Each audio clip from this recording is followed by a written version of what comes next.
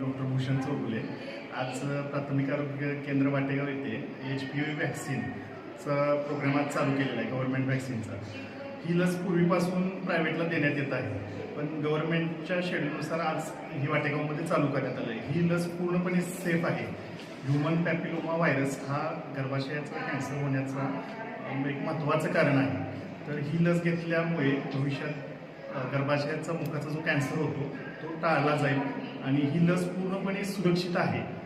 पूर्वीपासून ही लस दिली जाते, त्यामुळे जर काही ह्याच्याबद्दल काही गैरसमज असतील तर त्यांनी प्राथमिक आरोग्य केंद्र किंवा आपले जे फॅमिली डॉक्टर आहेत त्यांच्याशी संपर्क करून ही लस घ्यावी. 14 ते 15 या वयोगटातील मुलींना टार्गेटेड ग्रुप हा ठेवलेला आहे.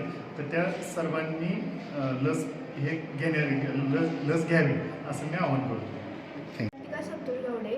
मी प्राथमिक आरोग्य केंद्र वाटेगाव येथे HPV ही लस घेतली आहे. तरी तुम्ही सर्वांनी ही लस घ्या. ही लस गर्भाशय मुखाच्या कॅन्सरपासून संरक्षण करते. तुम्ही तुमच्या पाल्यास ही लस द्या अशी मी नम्र विनंती करते. मी कुलदीप पवार, वाटेगाव प्राथमिक आरोग्य केंद्र इथे मी लस घेतली आहे आणि तुम्ही पण लस घ्यावी हे मी आवाहन करते. HPV लसीकरण,